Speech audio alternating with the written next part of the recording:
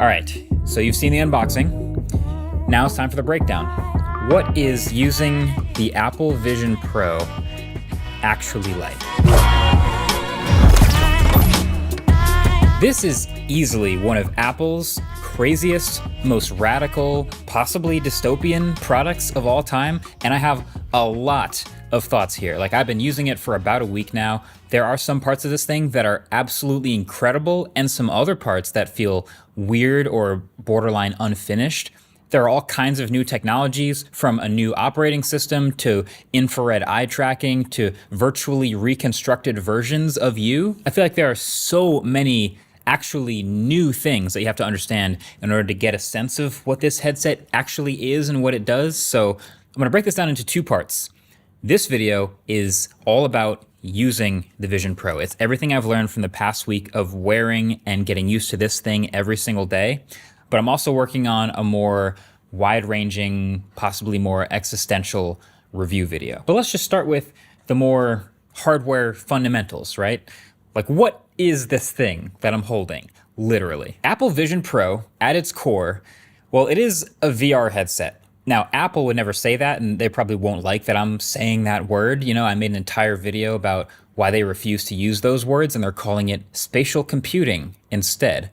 We'll get there. But the truth is, it's a really, really, really high-end virtual reality headset. It's something we've seen before, right? It's got displays and lenses and speakers and fans and buttons, and this is a form factor. This is a thing that we have seen before. But before I even turn this thing on, there are clearly several things that are a little different about this one. So first of all, it's made of metal. Lots of metal and glass here, which are high quality but heavy materials, relatively speaking. So there's this precisely machined aluminum frame around the outside. And yes, those are intakes for fans at the bottom and then vents for those fans at the top. On the right side, there's your digital crown that can be pressed in or turned. And then on the other side is just a single larger button. So kind of basically the same two buttons as an Apple Watch. And then when you get a little further back on this band here, these little pods with downward facing grills, these are speakers, which are pointed straight at your ears and work surprisingly well, though of course it also means that people around you can hear a little bit of what you're hearing. There's a little bit of bleed, and I have a lot to say about spatial audio, so stay tuned for that. But the main event is at the front. There's an enormous piece of glass, which, yes, is very easy to fingerprint and smudge, and then behind that thing there's this outward-facing OLED display and a bunch of sensors all the way around, outside-facing sensors that go forward, sideways, and straight down. There's depth sensors, infrared illuminators, LiDAR scanners, and just regular old RGB cameras, all being processed by an M2 chip and an R1 chip inside this thing. And then maybe the craziest part, inside the headset, there are a bunch more sensors facing your eyes, tracking your eyes in real time for all the eye control and everything that comes with that, and also then to display a representation of your eyes on the outside of the headset. Kinda, we'll get there. But overall, when you put it all together, you get a very well-made, very high-end, but also pretty heavy computer to wear on your face. So officially, this headset with this Solo Knit band, when I weighed it, showed up as 638 grams, which some of you on Twitter have already pointed out is actually slightly less than the plastic Meta Quest Pro. But that Quest Pro also has a lot of battery on the back of your head as a sort of a counterbalance. So the weight distribution is very different.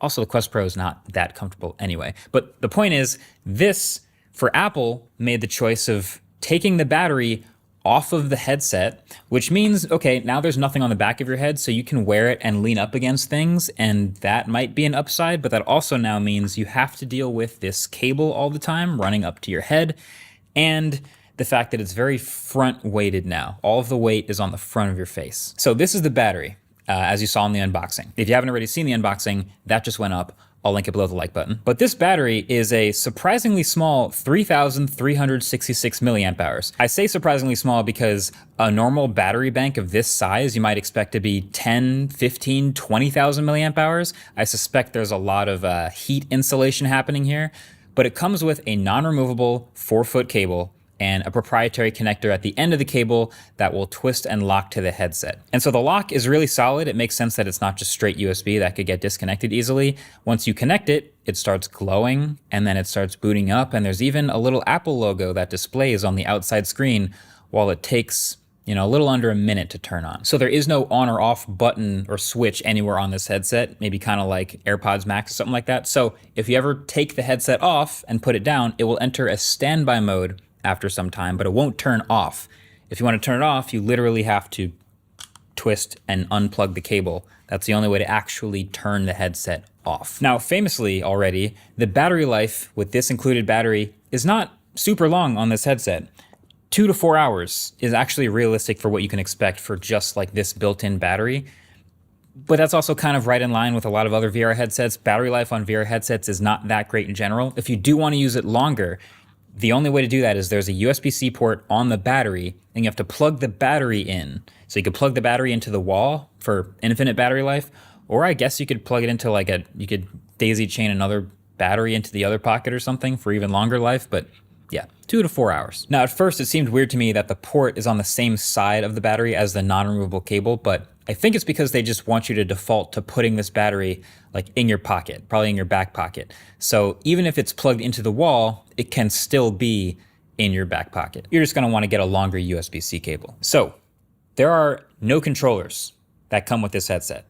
Now, it does support other input methods that are like game controllers and mouse and keyboard, and those can be incredibly useful, but by default, the primary input method for everyone using the Vision Pro is your eyes and your hands. So the first time you put on this headset, it goes through this calibration process, and it's pretty interesting. So the first time you ever put it on, it first adjusts the distance between the lenses, physically moving them inside the headset to match the distance between your eyes.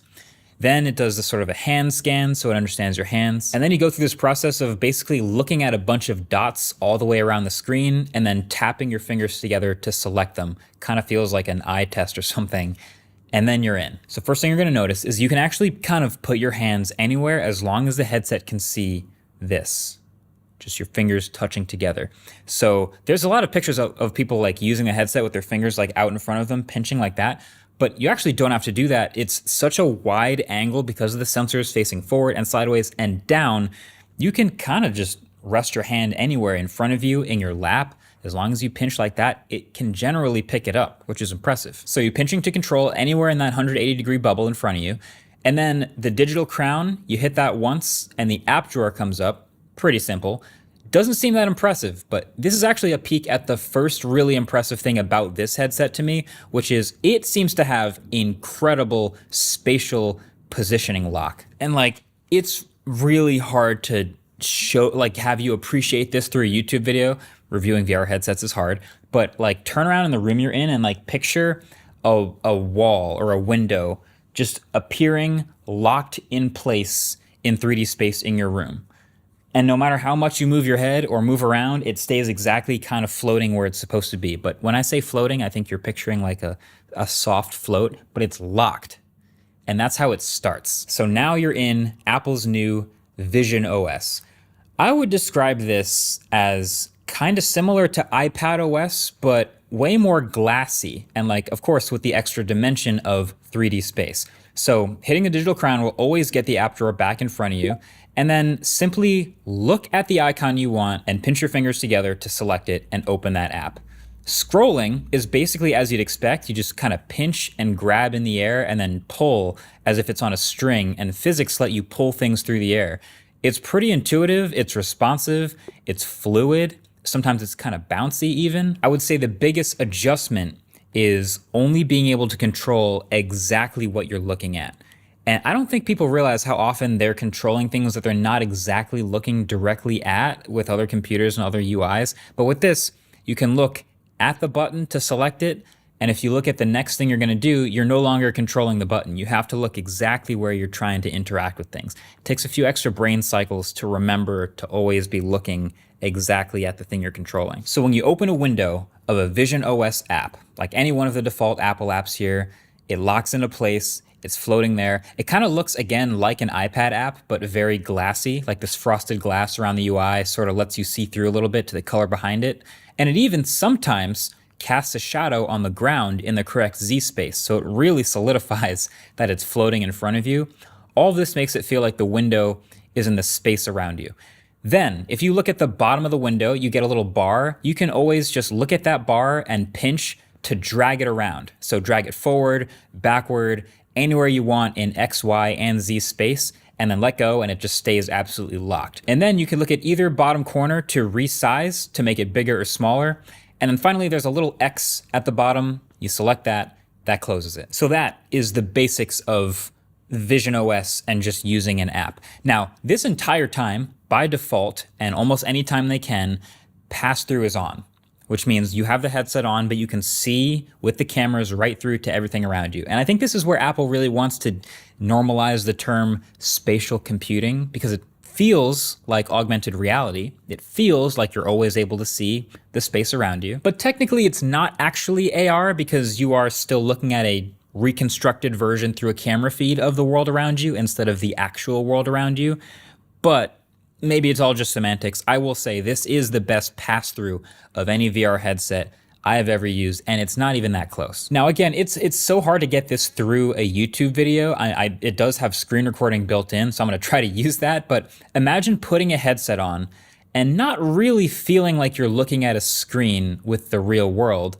Because of the pixel density, because of the 90 hertz refresh rate, and because of the impressive dynamic range of the cameras and the correctly adjusting shutter speed, you just almost just feel like you're looking at the real world, not through a headset. Also, the pass-through is so close to real time that I could legitimately interact with all kinds of things. I could catch items flying at me. I even tried playing ping pong. It was easy, no hesitation. So officially, the R1 chip is doing all the processing of all this stuff and adjusting the shutter speed for different lighting conditions and always keeping pass-through latency under 12 milliseconds, which is the lowest in the industry. But it's really combining that with how close to reality the colors and brightness and everything are that keeps it feeling kind of real. Basically, the only noticeable restriction is super close-up items and objects can get a bit blurry. And then you can't quite make out like really small or fine text. So you can't like read an email or tiny text on your phone in your hand, but you can absolutely text people or read your notifications while keeping the headset on. If you've tried other VR headsets, you know how impressive that is. It's really good with the tech that exists now for VR headsets. But you can definitely still take the headset off and be like, oh, it's way brighter in here than I thought it was. Either way, that's all pass-through, but if you ever want to fully immerse yourself, I mean, it is a VR headset after all you got to do is rotate this digital crown clockwise, just keep turning it, and it will slowly dial your environment more and more into your field of view until you dial it all the way up to fully surrounding you. So all of the windows you might have had open will still stay stuck where they were, but everything you're doing is just on the moon now. So yeah, there's a couple environments Apple has built in here, most of them relaxing scenic locations like in California somewhere, or one really nice one is Mount Hood with a little bit of rain falling. They're not quite photorealistic, but they're just short of photorealistic. Like they're the most realistic digital environments that I've seen. So then the last two big quirks of the UI, Control Center. So the only way to get to Control Center is to look up, and you can't just look up, but you have to physically turn your head up and look at this arrow that appears above you. So once you see that, you select that, and then you get your Control Center for things like, battery life and notifications, focus modes, and screen recording, and pairing to a Mac. But the other big quirk is text input.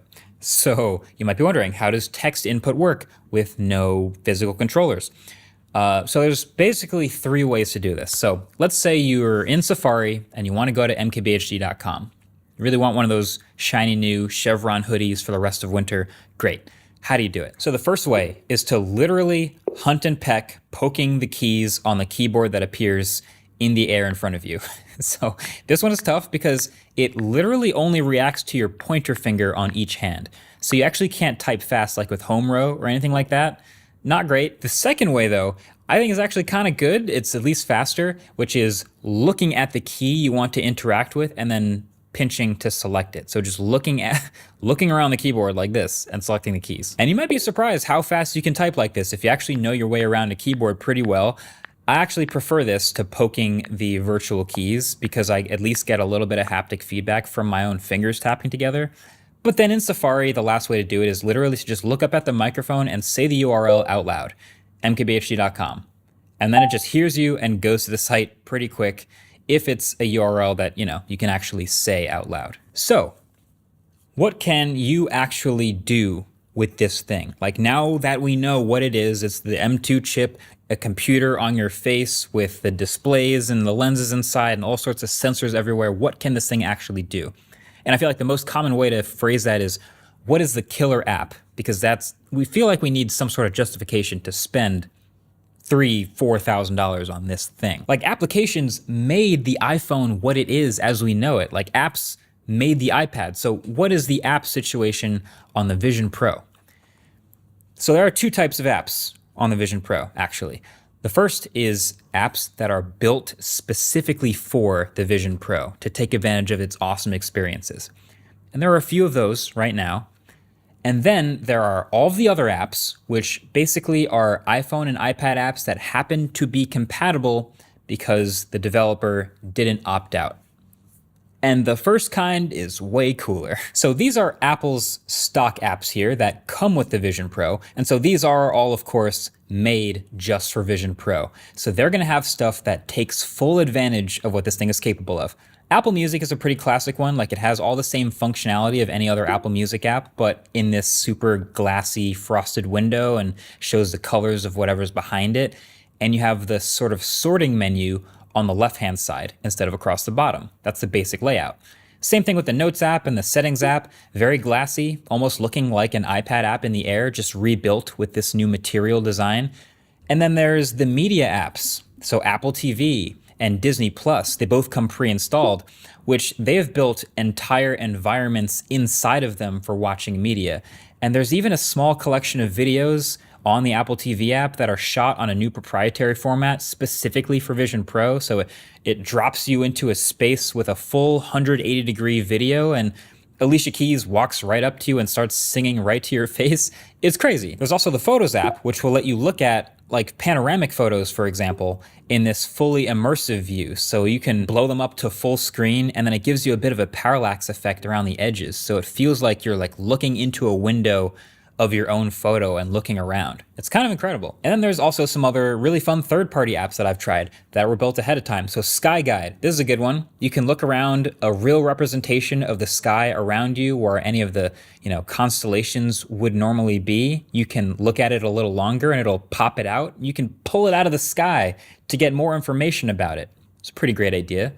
There's another one called Jig Space, which it's a sick app. I don't know if I'd ever use it, but basically it lets you load 3D models into the space you're in and mess around with them, take them apart, view them in actual size. And this really takes advantage of how good the placement lock is on the Vision Pro. And you can walk around and really gets you a better understanding of the scale of things that you don't get to see up close very often.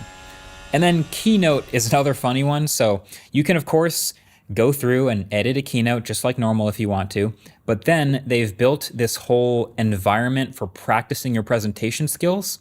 So you press that and it says, oh, would you like to go to a conference room or the literal Steve Jobs theater? So you can rehearse talking to your audience with your keynote slides behind you. It is genuinely incredibly immersive. And there's already a bunch more apps like this in the App Store already at launch that are specifically built for Vision Pro. So they'll take advantage of its various strengths. Now, are any of these a killer app? Not really. I mean, if you're looking for any one of these to be the reason why you spend like $4,000 on this headset, I don't think we have that yet. But then at least there's all the other non-native, but technically still compatible apps that are in the App Store. And these are gonna look just like iPhone and iPad apps. Actually, there's a pre-installed folder on the home screen when you get this thing, literally called Compatible Apps. And there's a bunch of them from Apple here. They look exactly like iPad apps. I'm surprised actually that more of them aren't fully built out to take advantage of Vision Pro, but like Apple Maps is just the iPad app. And so it would be cool if there were some like fun augmented reality overlay, walking directions type stuff, but nope, it's all the exact same functionality. that you would find if you open this app on your iPad. And you can go to the App Store and search a bunch of the names of apps you already know and love and find them by name and grab them, and they'll work the exact same way. Crazily enough though, there are already some notable exceptions. No Netflix app for the Vision Pro, no YouTube app for the Vision Pro, no Spotify app for the Vision Pro. Apple has a kind of a contentious relationship with a lot of developers right now, especially some of the bigger ones. And so some have made the active choice to opt out. They're like, we don't want to be there. This won't be a big enough platform to matter to us to justify the work. So they're not there. Now I totally get it, but also now as a Vision Pro owner and someone who's using it, I'm like, it's kind of a bummer. I really wanted to be able to watch like a Netflix show offline, downloaded ahead of time, but you can't do that now. But at least for now, for the record, you can use the browser and anything that would work in the browser. So if you pull up Safari and you get a full screen 4K YouTube video going and locked in space or even in an environment, it looks great. It's razor sharp. Like I could totally watch YouTube videos like this, but you will definitely be missing like the features of having the dedicated app like offline video. Honestly, to me, the killer app of the Vision Pro isn't just an app, it's actually the ecosystem. And we knew this was coming, but the second you log into a Vision Pro with your Apple ID, immediately it starts pulling all the services and all the stuff that you're used to from all the other Apple devices you already have. And I said this before the Vision Pro was announced. I was like, this is the most obvious strategy for Apple because there are lots of people out there who have never considered buying a VR headset that are considering only this one because they have an iPhone and this is the one that works with the iPhone and none of the others are particularly close. So all of your iMessages are already here. All of your photos are already here and loaded up and backed up. All your notes are already at your fingertips. You already saw the Keynote app. But okay, easily my favorite feature is connecting to your Mac, right? So anytime your Mac is in front of you and it's turned on, hit that arrow, and then there's this little icon to become my Mac's virtual display. So I click that and then pick my Mac, and it pretty much instantly, it actually blacks out the display of my Mac and then turns that display into a 4K window inside of the headset. So now my keyboard and trackpad still work. Even if it is a desktop, the keyboard and the trackpad still control everything, and you can continue using it just like a normal computer, but with the ability to make your new 4K monitor as big or as small or close or far away as you want, which is super sick. And then the bonus is you can still open up and place other Vision Pro apps around your Mac computer. So like you can have your Mac in the middle here, and maybe you're editing or doing some work on the Mac app, and then you have a Safari window or messages or whatever else you want right next to it around it. And then your keyboard and trackpad can move seamlessly between them all to control all of them. This to me, as a Mac user, the ease of use for setup to make this happen, this feels like the biggest game changer, like the most compelling, futuristic feeling use of this headset to me, especially on a plane. Oh my God, I can't tell you how many times I've had an awkward conversation because like I'm editing a video on the plane, the person next to me sees I'm editing a video of myself and it's kind of weird and hard to explain, but I'm picturing putting the headset on, the display blacks out, but now I can do all the editing I want and I can make the screen as big as I want. So I've really enjoyed using that feature. Again, the biggest challenge though is still remembering to look exactly at the thing you want to control. So aside from typing on the real keyboard on whatever window is open, if you want to control something, you have to be looking at it. Again, it doesn't sound like a big deal, but when you try it, you'll see what I mean. And then also, odd limitation, one monitor only from the Mac, one virtual monitor only at a time. So if you usually run like a dual display setup like I do for Final Cut Pro, big preview on one side, timeline on the other side, you can't do that. You have to use the big one monitor version of your setup. All right, so you might have realized I've left one thing out this whole time. One thing, you could call it one more thing. Sure, it's one more huge, crazy thing. But it's kind of the defining characteristic of this product, and that is personas. So in all the advertising you've seen of Vision Pro, there's these eyes on the outside of the headset that looks like they're kind of in like a pass-through, like in a dark astronaut helmet type of thing. Easily the most memed, most unique aspect of this headset, right? It's the only headset with an outward display, And I mean, it's very, very prominent in those videos. But in real life, as you've started to see from some of my footage, it is very different. And I think I figured out why.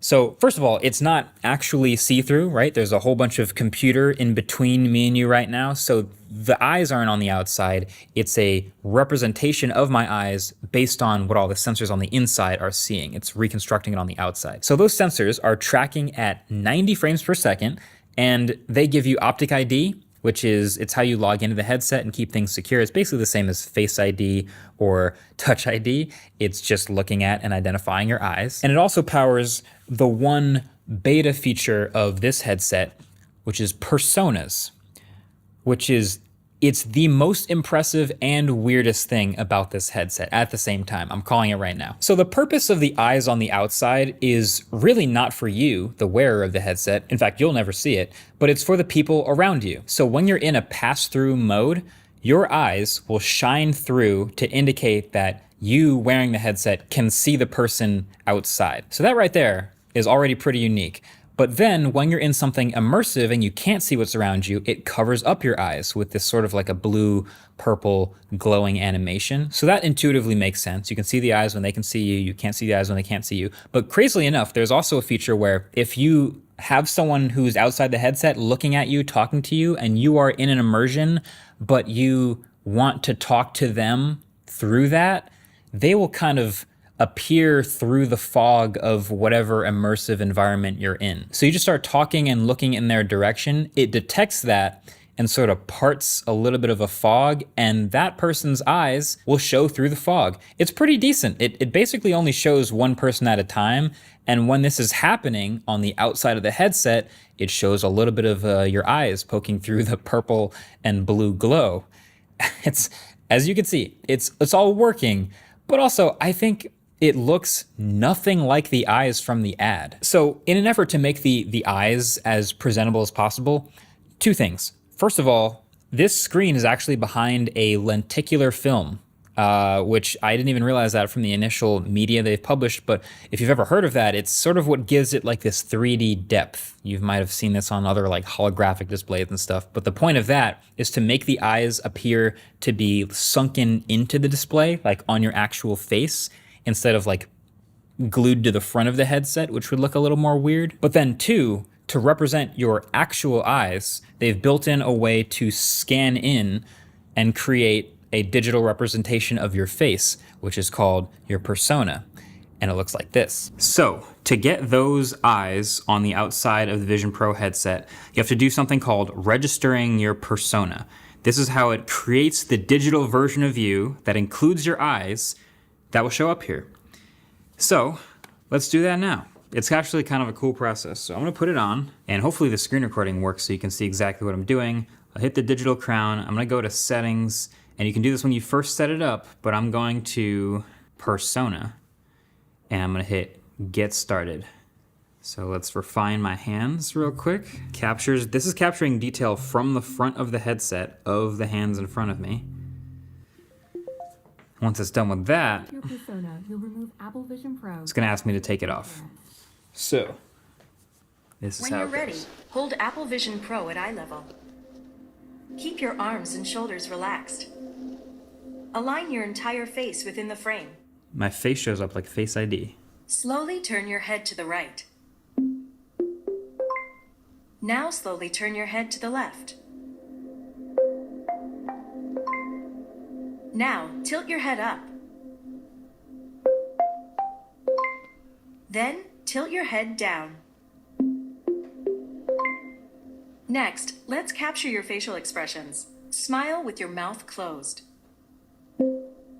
Then make a big smile with your teeth showing. Now raise your eyebrows. Close your eyes for a moment. Capture complete. Put Vision Pro back on to continue. I will do that. So now I have a menu that says creating persona, and it says it's in beta, and now there's my persona right there. Kind of uncanny. The hair is a little bit different, but the face Wow. Wow. Okay. So there's different lighting. You can choose it to always be in studio lighting and always be in contour lighting. I'll just leave it at natural and hit next. You can change the color temperature of your skin tone. Cool to warm. I think I'm around there. Brightness, darkness. I think I'm around there, near the middle. Next. And then I can add glasses. So if I typically have glasses, which obviously I wouldn't be able to wear in the Vision Pro, you can still look like you have glasses anytime you're on that FaceTime call. And then next, save. And that's it. So I think now you should see my eyes. Maybe. And that's the thing. It barely shows up. You can barely see my eyes when I'm wearing the headset. Now, I've tried a couple other scans subsequently, so I've tried different lighting conditions, I've tried different backgrounds, simple backgrounds, tried different shirts and things like that.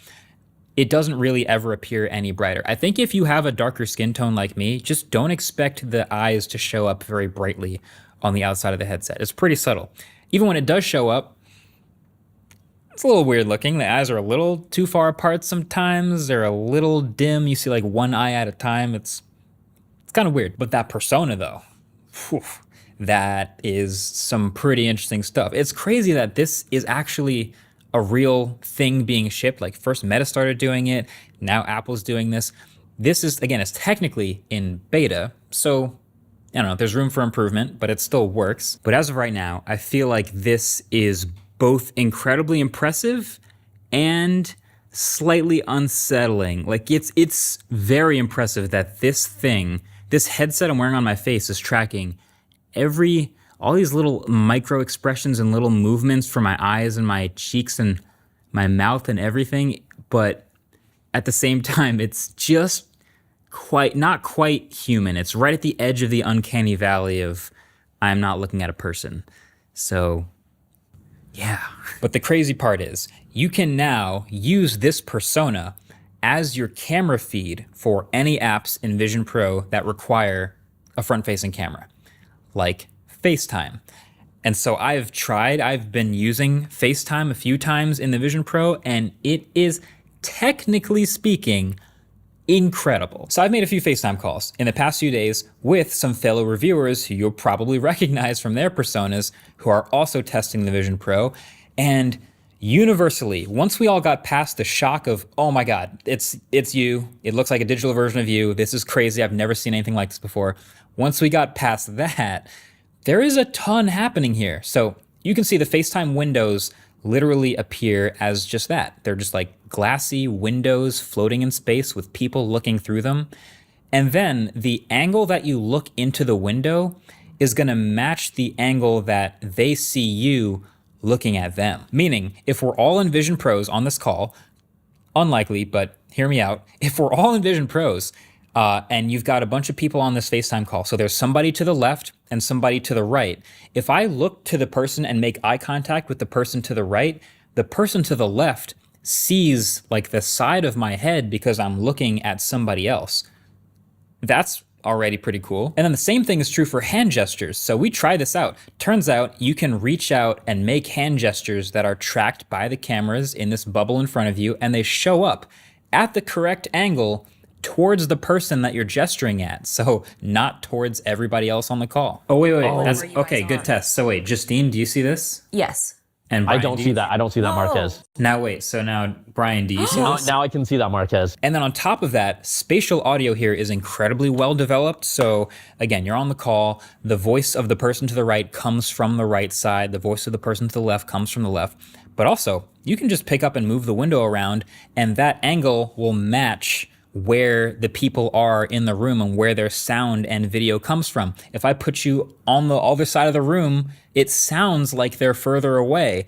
And if I turn up the environment and bring them into like the moon or some other 3D space, it actually sounds much more like I'm in a gigantic space with no echo versus in the actual room. It's all very subtle, but very well considered. So once you're in this a while, you start to notice all these little smaller things. Again, it's not quite human-like. It's not like looking at a video feed of a human face, but it is still like it has a lot of like, this would be the best avatar anyone's ever made in 2K. Like no one's ever done a 2K face scan and had it look this good, but it's still not as good as like a perfect reality. You've heard the uncanny valley thing before. I think the number one weakness for the avatars or the personas that I've seen is hair. So basically everyone I've talked to has like a frozen lump of hair instead of flowing realistic hair. And that's true about all flowing things. Like however your hair was when you did the scan, it's frozen that way. And so is any necklace you're wearing, whether it's crooked or not. Or I guess technically also any makeup you had on or however you looked when you did the scan. Maybe that could be a good thing. Maybe you did a scan when you were looking all dolled up and then you get on a 7 a.m. call and you still look perfect, even though you look like you just woke up in real life. So I guess there's that too. But anyway, all that is to say, FaceTime. FaceTime is the most well thought out, like most futuristic Vision Pro experience. It just is. So I'll end this video with this. Now you know what it's like to use and operate the Vision Pro. But there's still a lot more to consider when actually considering if you should buy and own this thing, from the use cases to the things that work well and don't work well, the philosophy behind it, the prices, all of that stuff. That's what's going to be for my full review. Like there are parts of this thing that are absolutely amazing, unparalleled, best I've ever seen. But the reason it's so interesting is because it's actually a young category. Like we're so used to this slow, boring iteration in mature categories like smartphones and laptops. And you always see the comments talking about how tech is so boring, but now they're actually jumping into something risky and it's actually fun. And there is downfalls and flaws and it's fun to actually weigh the pros and cons. So I'll be expanding on all these way more in the full review, but I'll leave you with this. I've got my upsides and downsides to Vision Pro. It's been a week. Upsides, some of the stuff that's the best I've ever seen in a headset: immersion, placement in space, eye tracking and hand control, pass-through, ecosystem, and spatial audio. And the downsides: weight and comfort, the eyes on the outside, app selection right now, battery life, and price. So the full review's in the works. Definitely get subscribed to be among the first to see that when it drops. Either way, till the next one, thanks for watching. Catch you later. Peace.